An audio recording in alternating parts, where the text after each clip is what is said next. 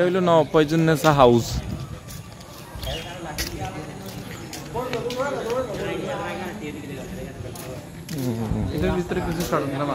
দেখি এখানে মনে হয় খাট পালং কিছু আছে। আমরা এখন বাড়িতে ঢুকতেছি, নবাব ফয়জুন্নেসা বাড়ি যে প্রবেশ, ওখান দিয়ে প্রবেশ। এটা 20 টাকা দিয়ে ঢুকে তো মনে লস হয়েছে।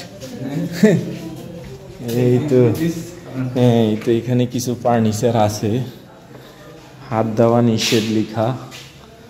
এই যে কিছু ফার্নিচার, পুরনো কিছু বাক্স,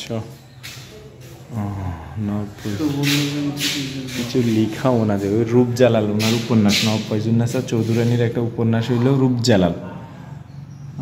ফয়জুন্নেসা চৌধুরী এটা লিখছে 1876 সনে 10 ফেব্রুয়ারি।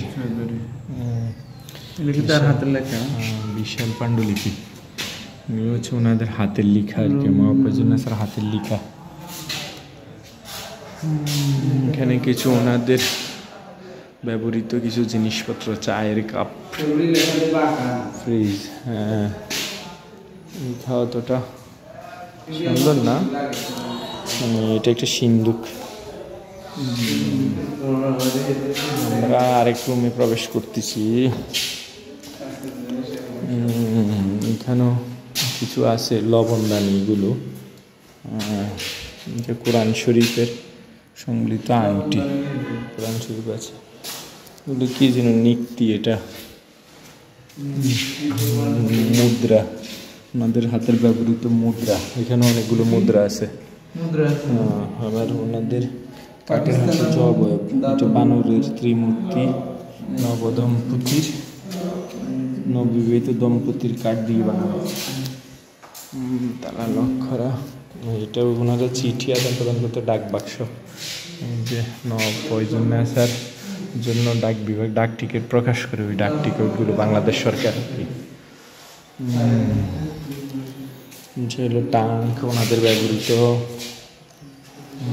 এখানে হচ্ছে বোতল অনেকগুলো, ওনাদের ওই সময় ব্যবহৃত বোতলগুলো। এটা হলো বইয়াম, ওনাদের ব্যবহৃত বইয়াম। এটা হচ্ছে তেলের পাত্র। কিছু ওনাদের ব্যবহৃত পানির পাত্রগুলো, নবাব ফয়জুন্নেসাদের ব্যবহৃত পানির পাত্র। এটা তো দেখলাম না। হ্যাঁ হ্যাঁ, এটা হচ্ছে খাবারের ডাকনা।